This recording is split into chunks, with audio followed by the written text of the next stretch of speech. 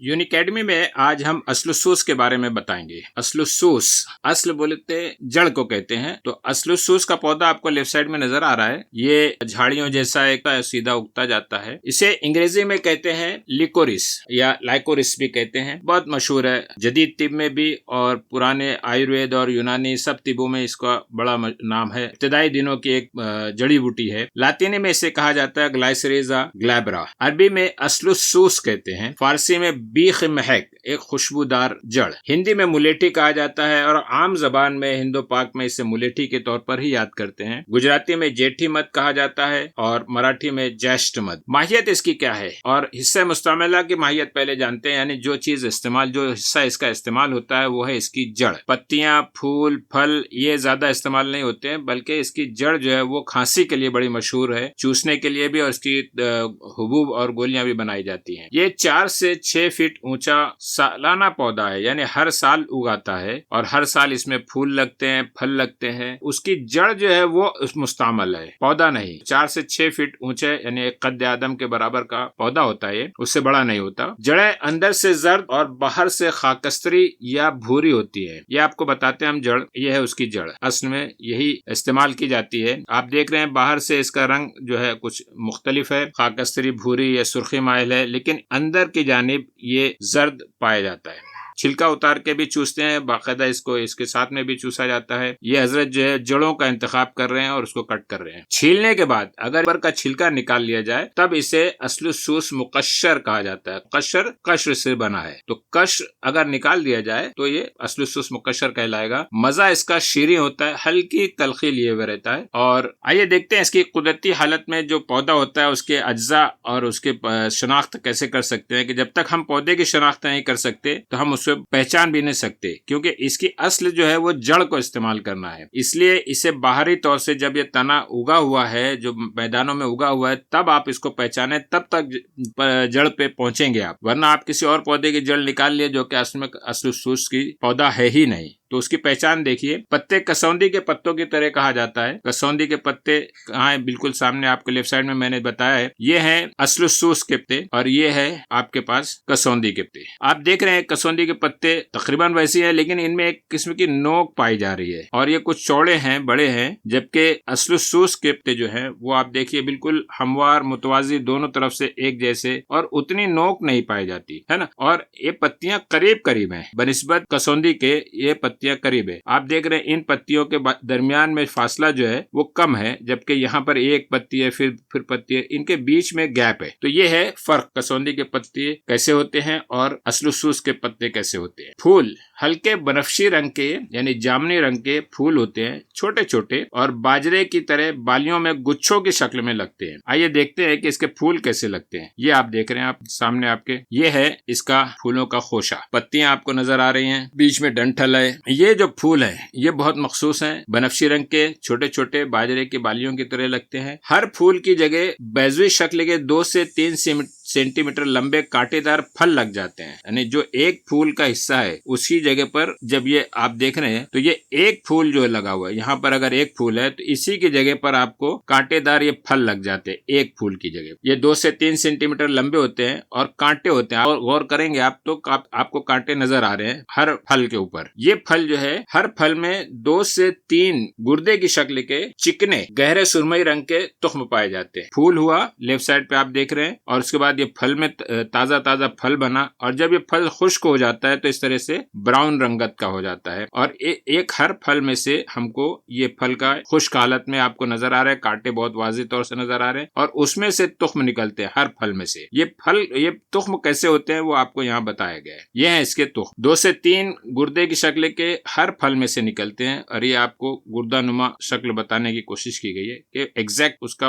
फल जो बीज होता है, जो तुख्म होता है, वो कैसा होता है। नबाताती खाका देखते हैं। यह है नबाताती खाका। पत्तियां बिल्कुल वाज़ेह हैं, फूलों का खोशा नजर आ रहा है, और हर फूल के ऊपर जब बन जाते हैं, बाली हो जाती है, तो उसमें से फिर इसमें बीज निकलते हैं। 2 से 3 बीज निकलते हैं। इसकी पैदाइश के पहले हम एक चीज और देखना चाहेंगे। ये है आपके पास जड़ अस्लुसूस की। ये पूरा खेत है जिसमें अस्लुसूस उगाई गई है। अब ये है पौधा, लेकिन हमको जो दवाएं इस्तेमाल की जाती है वो है इसकी जड़। इसकी जड़ की खासियत है, जो मैं ये अस्लुसूस की जड़ें नहीं, ये पौधा पौधा नहीं है, लेकिन मैं बताना ये चाहता हूँ कि ये कैसे जड़ें फैलती है। एक अस्लुसूस, अगर ये एक अस्लुसूस का पौधा है तो इसकी जड़ जो है वो इस तरह से फैलते जाएगी और दूसरा एक पौधा उग जाएगा, फिर और आगे जाएगी, तीसरा पौधा उग जाएगा, फिर और आगे जाएगी, चौथा पौधा उग जाएगा। इस तरह से ये अंदर ही अंदर इस तरह से फैलती हुई रहती है। एक ही पौधे से बहुत सारे पौधे धीरे धीरे फैलते जाते हैं। भारत में कहाँ होता है? कुदरतन ये भारत में कम ही होता है और सिर्फ पहाड़ी इलाकों में मिलता है। अब जम्मू कश्मीर और पंजाब में काश्त की जा रही है। हाँ, असल में दुनिया में जहाँ जहाँ पाया जाता है वो चीन है, ईरान है, इराक है, अफगानिस्तान, स्पेन और तुर्की, इन इलाकों में ये कुदरतन पाए जाते हैं। ये जो चीजें बताई गई हैं ये सारे ऐसे इलाके हैं जिनमें ये कुदरतन पाए जाते हैं। अब इसका कल्टीवेशन या इसकी काश्त पूरी दुनिया में कई जगह की जा रही है। ये गमले में उगा हुआ पौधा है। करीब से हम समझ सकते हैं इसकी पत्तियां कैसी होती होंगी। जो मैदानों और खलियानों में उगा पौधा रहता है वो अलग रहता है, वो दूर से उसकी पत्तियां इतनी वाज़ेह समझ में नहीं आ सकती, इसलिए पहचान के लिए हमने इस गमले वाले पौधे को पहले मुंतखब किया है। पत्तियों पर गौर कीजिए, ये कुछ और करीब से पत्तियां।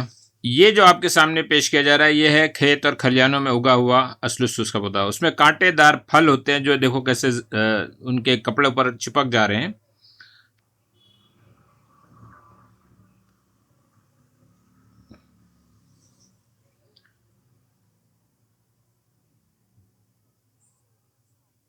ट्रक में भरे हुए बहुत बेशुमार जड़ें नजर आ रही हैं जो अस्लुसूस की जड़ें हैं। अब इतना ज़्यादा कैसे होती है? मैंने बताया कि ये जो अस्लुसूस का पौधा होता है वो स्टोलिनीफेरस किस्म का पौधा है कि इसमें जो जड़ें होती हैं वो सिर्फ एक जड़ नहीं रहती कि एक सिर्फ ऐसे उग जाएगा और उसके बाद ख़त्म और यहाँ पर जड़ें रहेंगी, ऐसा नहीं रहता। बल्कि ये एक पौधा उगने के बाद उसमें फ्लावर सब कुछ आने के बाद उसकी जड़ भी रखी रहती है, फिर उसमें से एक हिस्सा आगे बढ़ता है और उसमें से जड़ें बाहर निकलती हैं और फिर एक दूसरा नया पौधा अस्लुसूस का जन्म लेता है। उसके बाद फिर और आगे बढ़ता है, फिर उसकी जड़ें अपनी बनती है। तो ये जो इस तरह का स्ट्रक्चर है, इस तरह से जो अफजाइश होती है, ये है अस्लुसूस की खासियत। इसके पौधे इसी को कहते हैं स्टोलिनीफेरस किस्म के पौधे। ये इतनी सारी जड़ें हैं, आप पूरा ट्रक भरा हुआ है और जगह जगह ऐसे घास फूस के जैसे फैली हुई है, लेकिन ये सारी की सारी जड़ें निकाली गई हैं। इन्हें अच्छे तरीके से कटिंग की जाती है, तराशे निकाले जाते हैं कि यहाँ पर किस तरह से पूरा एक अंबार लगा हुआ है जड़ का और लंबी लंबी जड़ें, ऐसे नहीं कि मामूली सी और छोटी सी जड़ें, लंबी लंबी हैं। ये एक दूसरे की जड़ें हैं। ये सब चीज़ें इस मशीन में डाल के उसके तराशे निकाल लिए जाएंगे। अब इसे धोया जा रहा है और ये कटिंग की हुई अस्लुसूस की जड़ें आपके सामने हैं और ये फाइनल उसकी स्टेज है जिसमें उसको अच्छे तरह से ड्राई कर लिया गया है। ओवन में डालने के बाद उसको खुश्क कर लिया गया है। आइए अब अस्लुसूस के अफ़ाल ख़वास के एक्शन एंड प्रॉपर्टीज़ के बारे में बात करते हैं। अस्लुसूस का सबसे अहम फेल बताया गया है कि यह मुनफ़िस बलगम है, यानी बलगम को खारिज करता है, एक्सपेक्टोरेंट है। मुंज़िज इख़लात गलीज़ा है, नुज़्ज देता है, उनको मॉडिफाई करता है ताकि वो बआसानी जिस्म से खारिज हो सके। और ख़ास तौर से ये गलीज़ा बलगम में सौदा और बलगम का शुमार होता है, लेकिन बलगम का ज्यादा मुंजिज है। ये मुलय्यन सदर है, सीने में एक किस्म की सूदिंग इफेक्ट पैदा करता है। मुसक्किन है, मुकव्वी आसाब है, आसाब को तक़वियत देता है। मुलय्यन आमा है, इसकी वजह से लग्जेटिव इफेक्ट भी आता है, कब्ज भी दूर होता है। मुहल्लिल औराम है, ये उमूमी तौर से भी अंदरूनी तौर से इस्तेमाल करने पर और ज़मादान भी इस्तेमाल करने पर ये मुहल्लिल औराम है, एंटी इन्फ्लेमेटरी इफेक्ट है इसका। जाली है, डिटर्जेंट है, लोकल जिल्द पर लगाने पर जो दाग धब्बे हैं वो मिटते हैं। दाफे हुम्मा है, इसके इस्तेमाल से पायरेक्सिया की कंडीशन यानी फीवर और बुखार भी दूर होता है। दाफे हुमूजत है, ये इसका एक बहुत ही अहम काम है कि इसके सुफू खाने से भी आपकी एसिडिटी जो है वो दूर हो सकती है। मुकव्वी बा है, एफ्रोडीजियक इफेक्ट रखता है। तो अब एक एक फेल के बाद हम उसके मौके और उसके तरकीब इस्तेमाल के बारे में गौर करेंगे। मुनफ़िस बलगम खुसूसियत की वजह से और मुंज़िज इख़लात गलीज़ा बलगम यानी मॉडिफायर होने की हैसियत से हम इसे अमराज़ रिया में इस्तेमाल कर सकते हैं। जैसे सवाल है, सवाल सवाल बलगमी है, यानी सवाल से मुराद ड्राई कफ में भी इस्तेमाल करते हैं और सवाल बलगमी जो एक्सपेक्टोरेशन होता है। ज़ीक़ुन नफस में भी ये काम देता है। और खुशूनत हलक, सोर थ्रोट हो जाए, गले में खराश है, तकलीफ है, सूजन है, दोनों तरफ से। बहुत सौत में जब आवाज बैठ जाती है उसे कहते हैं बहुत सौत, उसमें भी ये काम देता है। और इसका चाटन भी ले सकते हैं और सफूफ भी पानी के साथ इस्तेमाल किया जाता है। तो इस तरह से इन अमराज में इसे मुनफ़िस बलगम होने की हैसियत से इस्तेमाल किया जाता है। ये बलगम के लिए बहुत और सौदा के लिए नुज़्र का बास बनता है। इस मकसद के तहत हम इसे जोशांदा या खिसांदे के तौर पर इस्तेमाल करेंगे। जोशांदा, जब दवा पानी में शामिल कर ली जाए उसके बाद उसको जोश दिया जाए, आधे से ज्यादा पानी जब जल जाए, पानी को जो बचा हुआ हिस्सा है दवान वो उसे निथार लें, वो शामिल कर लें, ये जोशांदा हुआ। और खिसांदा, जब सिर्फ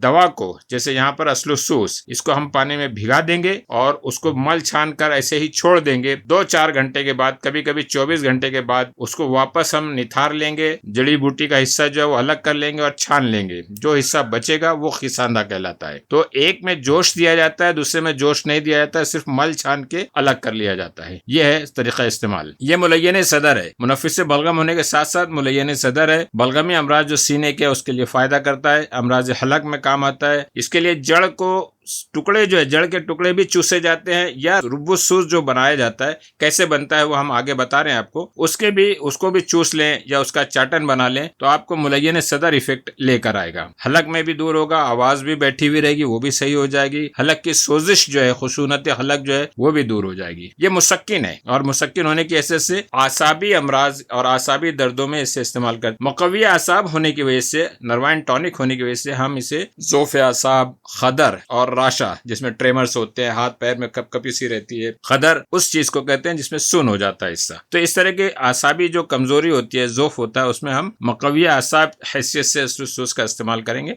इसका मुरक्कब किसी भी तरह तैयार करके शहद में मिलाकर चाट लें तो भी ये सारे आपको फायदे सामने आ जाएंगे। मुलय्यन अमा है, अमा के लिए मुलय्यन है, कब्ज को दूर करता है, इसलिए कब्ज में इस्तेमाल किया जाएगा। इन सब मकासद के लिए हम यहाँ पर बहैसियत सुफूफ इस्तेमाल कर रहे हैं। ये मुहल्लिल औराम है, औराम को तहलील करता है। तो मुख्तलिफ आज़ा, चाहे वो बैरूनी आज़ा हो, चाहे वर्म आशा कहते हैं हमारे एब्डोमेन में जो ऑर्गन्स है, आपका जिगर है, तिहाल है, आंतें हैं, ये सारे गुर्दे हैं, ये सारी चीज़ों में जो वर्म पैदा हो जाता है, सूजन पैदा हो जाती है, तो उसके लिए भी ये मुहल्लिल इफेक्ट रहता है। इसका सुफूफ भी काम आता है। जोशांदा भी पिया जा सकता है। वजहुल मुफासिल जैसे उमूमी मर्ज में भी इसे मुहल्लिल औराम के तौर पर इस्तेमाल कर सकते हैं। नक़रस में भी ये जाली है, और जाली होने की हैसियत से खास तौर से बैरूनी तौर पर जिल्द पर इस्तेमाल करने से जो दाग धब्बे हैं वो दूर होते हैं, चेहरे पर निखार लाता है। कलफ, नमश, बहक, दाद, ये सारे अमराज जिल्दी दाग धब्बों की बात है, तो ये ऐसे अमराज को दूर करता है और उस मकसद के लिए ज़मादन इस्तेमाल करता है। दाफ़े हुम्मा होने की हैसियत से हम इसे मुख्तलिफ किस्म के बुखार में इस्तेमाल कर सकते हैं, और महज खालिस सिर्फ सुफूफ इसका जो है असलुसूस का वो भी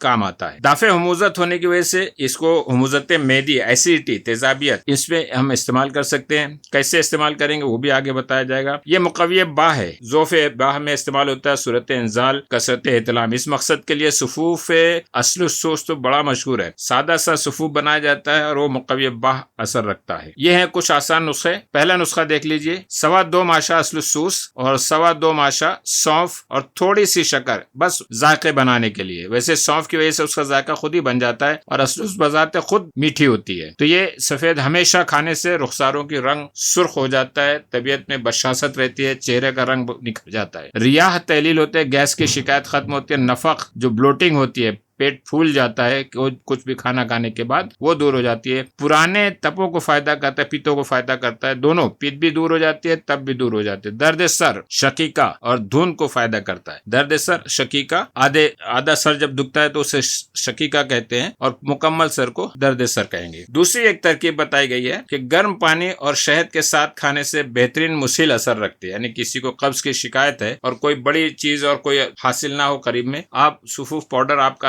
असलुसूस का घर में मौजूद है, गर्म पानी के साथ उसको और या शहद के साथ इसके इस्तेमाल कर लें, यह आपकी कब्जियत को दूर कर देगा। ताज़ा असलुसूस के इस्तेमाल से पसीने और बगल की बदबू जाती रहती है, एकदम आसान सी तरकीब है जिसमें स्वेट से यानी पसीने के की जो बू रहती है उसे दूर किया जा सकता है। और इसको ताज़ा जड़ चूसें या जोशांदा उसका पिएं या खिसांदा इस्तेमाल करें, ये सारे असरात आपको फायदे में मिल जाएंगे। इसके जोशांदा पिलाने से सांस लेने का रास्ता साफ होता है, तो इसीलिए इसे दमा में इस्तेमाल करते हैं। मुंह के छाले के लिए एक छोटी सी तरतीब है कि असलूसूस का पाउडर, असलूसूस की जड़ या इसका रूब मुंह के छाले खत्म करता है। असलूसूस को मुंह में रखना चाहिए, उसका सफूफ हो या उसका रूब हो, वो अगर मुंह में रखें और उसको जबान से सब तरफ दोहराएं तो गशाए मुखाती जो जल्दी मुंह के छाले की वजह से खराब हो गई है वो छाले दूर हो जाते हैं। इसमें रुई का फाहा अगर भिगो के आंखों पर बांधा जाए तो कंजंक्टिवाइटिस के दौरान आंखों की सुर्खी दूर होती है। जब आशोब चश्म जिसे कहा जाता है, रमद की कैफियत मौसम और